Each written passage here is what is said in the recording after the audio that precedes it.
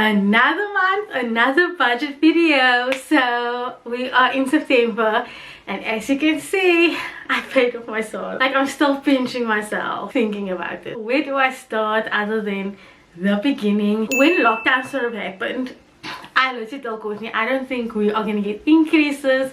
And I even told my landlord, I don't think I'm going to get increases at all. And if you hear ducks in the background, we have, I don't know what kind of like bird life they are, but they've got like chicklings and they quack quack quack quack all the time. Apologies for that, but yeah, coming back to this, I need to tell Courtney I don't think we're gonna get increases. And then surprisingly enough, Courtney actually got an increase. It wasn't his standard one, but I was like, we take what we get, we're not gonna complain, because we all know 2020 is a messed up year.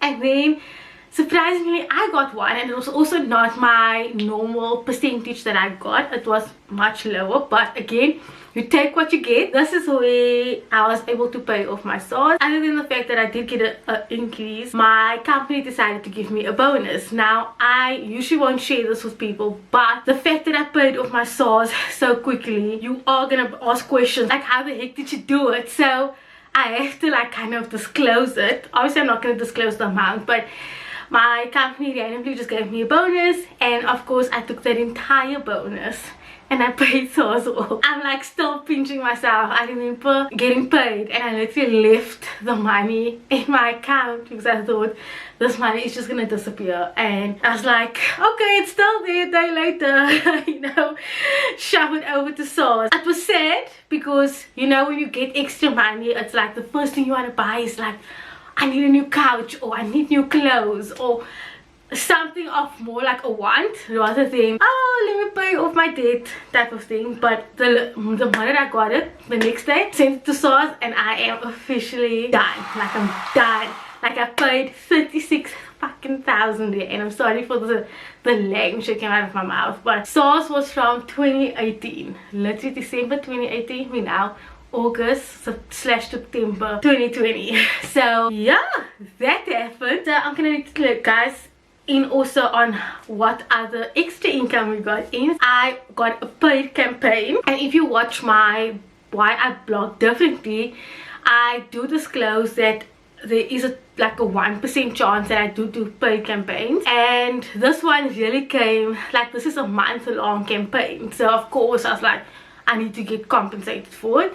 So there's a paid campaign on its way. And then the other extra sort of income that came in is that I decided to rent out my wedding dress, which I know a lot of people will not do, but I was like, this dress is literally sitting in my cupboard, and also I'm not going to wear this dress again, so I would rather just rent it out and make some money from it. I just have to collect the money from my aunt, because my aunt made my dress, so she is like the middle person between me and the other bride. So that's all our extra income. So we got quite a bit this month. For recurring expenses, everything is literally the same, and this is the one thing that I'm always trying to make sure that it stays exactly the same, because the minute your recurring expenses increase, it's like the only thing in terms of increasing is our personal care, because personal care varies from month to month depending on what we need and what's up and etc like that. So that went up by at least 100 rand. Our policies, I'd said last month, they all increased, so luckily there is some room when things do increases or policies increase, so it wasn't too bad. And then in terms of debt, Sars is done, bitches. Can't believe it. I literally can't believe it. Like, it's done. Like, next month Sars will be literally scrapped out of my Excel spreadsheet. I'm like literally like, I still can't believe it. So sorry guys, I was going like on about it. And then of course I paid extra on my credit card, and then Courtney's car loan. And then in terms of savings, of course, emergency fund, really important. I'm still sourcing.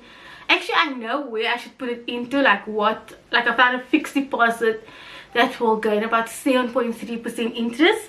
I just have to actually like get it done. So I have my emergency fund, and I've got an access fund, which is kind of like depleted, and I'll explain to you guys why now. And then my normal subscription and fees. And then in terms of extra stuff, a few extra things. One of it was my mother-in-law, her phone broke, and then my mother, she got an upgrade. So my mom was like, okay, we can, if we just pay her 500 rand for the phone, like my mother-in-law can have it. So Courtney and I decided to do that, so we just paid my mom 500 rand for the phone, and then we bought a few clothes. I mean, I only bought a dress, and I think Courtney bought a jacket, and it's going back anyway. So yeah, there wasn't much, like 300 rand on clothes. It was Courtney and I's 2-year wedding anniversary, and originally we weren't gonna do anything, but we decided last minute to just go and treat ourselves. So we went to a restaurant, and then the other big thing was that I had to buy Courtney tackies. I wish you could just take tackies at like Mr. Price. But he works in like jeans and tackies, and so the last time I think we bought Courtney tackies was 2 years ago. Usually I would buy tackies when we get like a 13th check, but because I got this bonus, I wasn't really sure if I was gonna get a 13th check this year because of this. So I was like, okay, let's just buy the tackies and let's just get it over with. So that was like a little bit of an extra cost. In terms of the excess fund, I was kind of depicted because obviously Courtney and I never traveled for obvious reasons.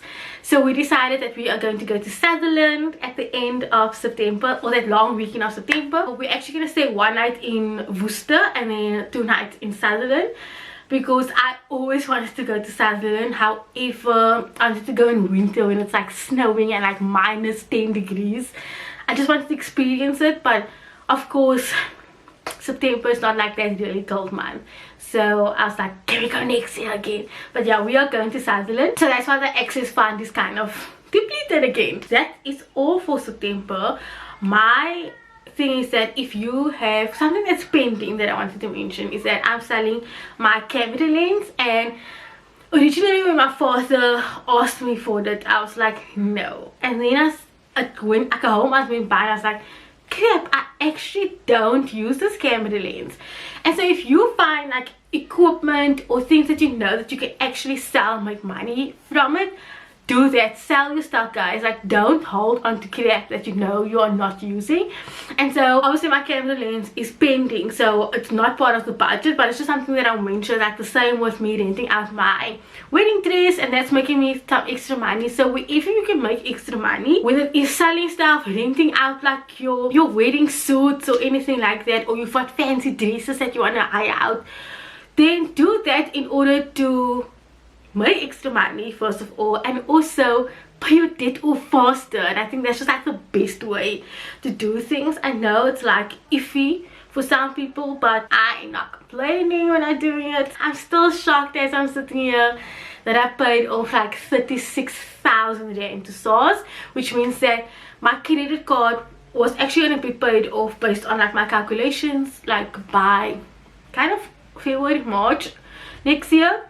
But now that Sars is out of the way, my credit card will be done by the end of 2020. So I'll be officially debt free.